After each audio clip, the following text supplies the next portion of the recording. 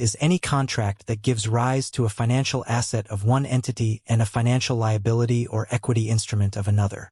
These instruments can include stocks, bonds, derivatives, and cash equivalents. They serve as tools for investors and companies to manage risk, raise capital, and facilitate investment.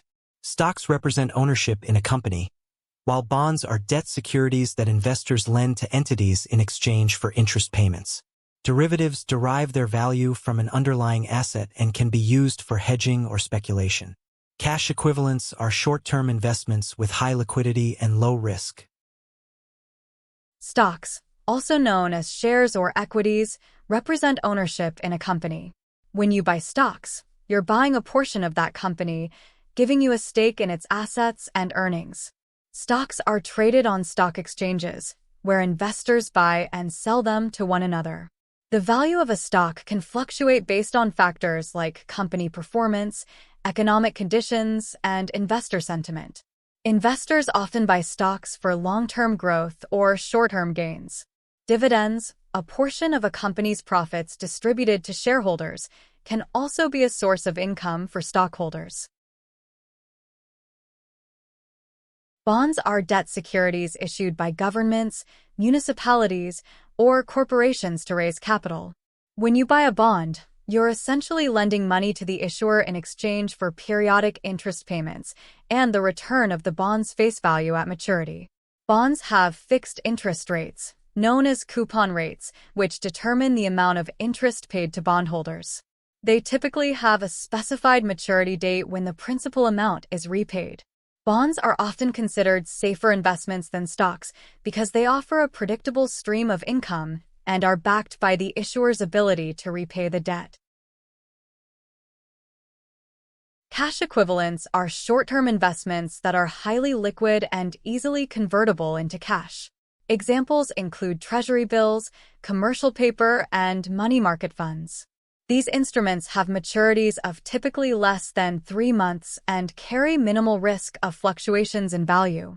Cash equivalents offer stability and liquidity, making them suitable for parking funds temporarily or for meeting short-term cash needs. They are often used by investors and companies as a safe haven for funds that may be needed quickly or to earn a modest return while preserving capital. Derivatives are financial instruments whose value is derived from an underlying asset, such as stocks, bonds, commodities, currencies, or interest rates.